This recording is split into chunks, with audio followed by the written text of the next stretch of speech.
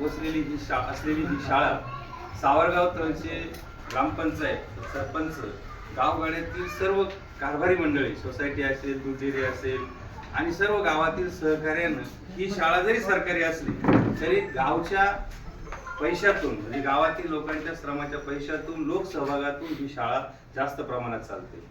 शाळेची म्हणजे उद्या जेई, नीट, लोकसेवा आयोगाच्या परीक्षा असतील, सर्व स्पर्धा परीक्षा, त्याशिवाय आता पुढे भविष्यामध्ये गत्यंतर नाही, म्हणून खाजगी शाळेप्रमाणे ही शाळा चालते.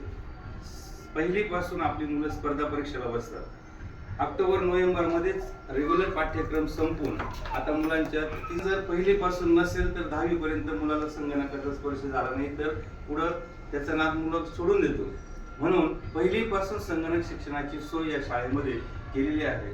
लोकसहभागातून 4.5-5 लाख रुपये जमून 25 संगणक असलेली, इंटरनेट सुविधा असलेली ICT लॅब या ठिकाणी उपलब्ध आहे.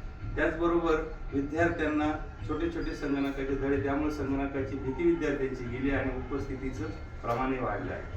त्याचबरोबर खेळाच्या स्पर्धा नाश्ता करता का यासोबत मी मुख्याध्यापक संजय गडलर, त्याचबरोबर माझे सहकारी वरुण बळे सर आहेत, दळे मॅडम आहेत, राहणे मॅडम आहेत, सर्व शिक्षक